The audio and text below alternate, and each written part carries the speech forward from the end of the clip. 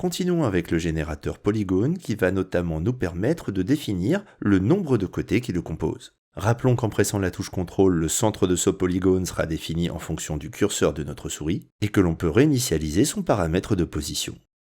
Analysons maintenant ces paramètres. On retrouve tout d'abord la valeur d'offset commune à tous ces générateurs. Le radius, à la différence de l'ellipse, peut ici n'être défini qu'en mode single.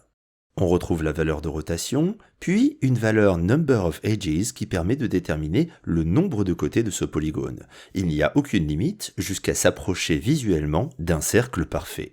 Gardez cependant en tête que ce générateur va créer des points reliés par des segments. Chacun de ces points va donc créer un angle plus ou moins obtus. Nous remarquons également que le nombre de côtés ne peut être ici qu'un nombre entier, et non un nombre à virgule comme c'est possible pour le générateur d'images polygone.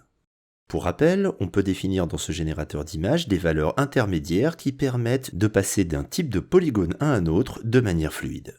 Mais ce générateur d'images ne génère pas en sortie des tracés vectoriels. C'est là la grande différence avec le générateur polygone que nous décrivons ici, utilisable uniquement au sein d'un générateur Shapes. Dans cette vidéo, nous avons appris à utiliser le générateur vectoriel polygone tout en modifiant ses paramètres, notamment son nombre de côtés.